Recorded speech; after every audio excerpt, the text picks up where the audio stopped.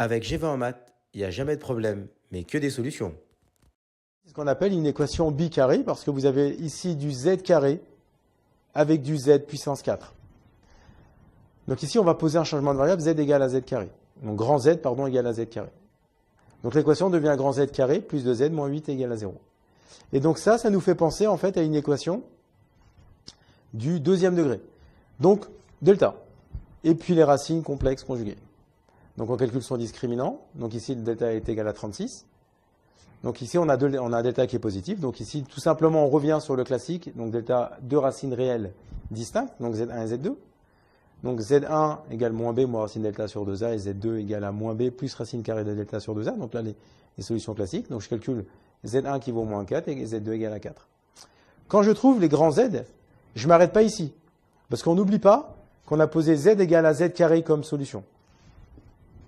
Donc ça veut dire, donc ici comme Z égale à Z carré, on aurait alors d'une part petit z carré égale à 2, parce que comme ici Z2 égale à 2, donc comme petit grand Z égale à Z carré, on substitue, ça fait Z carré égale à 2. Et on a aussi Z carré égale à moins 4. Donc Z carré égale à 2, donc là c'est les équations classiques, hein, donc Z égale à racine de 2 ou Z égale à moins racine de 2. Et ensuite, lorsque vous avez Z carré égale à moins 4, attention, on ne vous dit pas de racine, parce que là on est dans les complexes. Donc là, ce qu'il va falloir faire, c'est transformer moins 4 grâce à l'expression 2i au carré. Parce que i au carré est égal à moins 1. Donc z carré est égal à 2i au carré. Et donc là, vous avez a carré égale à b carré. Donc si a carré égale à b carré, ça veut dire que a égale b ou a égale à moins b. Donc ce qui nous donne ici z égale à 2i ou z égale à moins 2i. Et donc au final, les solutions de cette équation, ici, qui est notre équation bicarrée, elle aura 4 racines, que l'on note ici 2i, moins racine de 2 et racine de 2.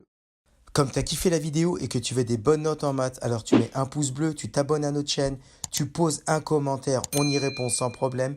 Ensuite, on t'embarque avec nous sur g20enmaths.com, des exercices corrigés, des détails de ouf avec ça. Plus d'excuses pour pas avoir de bonnes notes en maths. Et bien sûr, rendez-vous sur nos réseaux sociaux.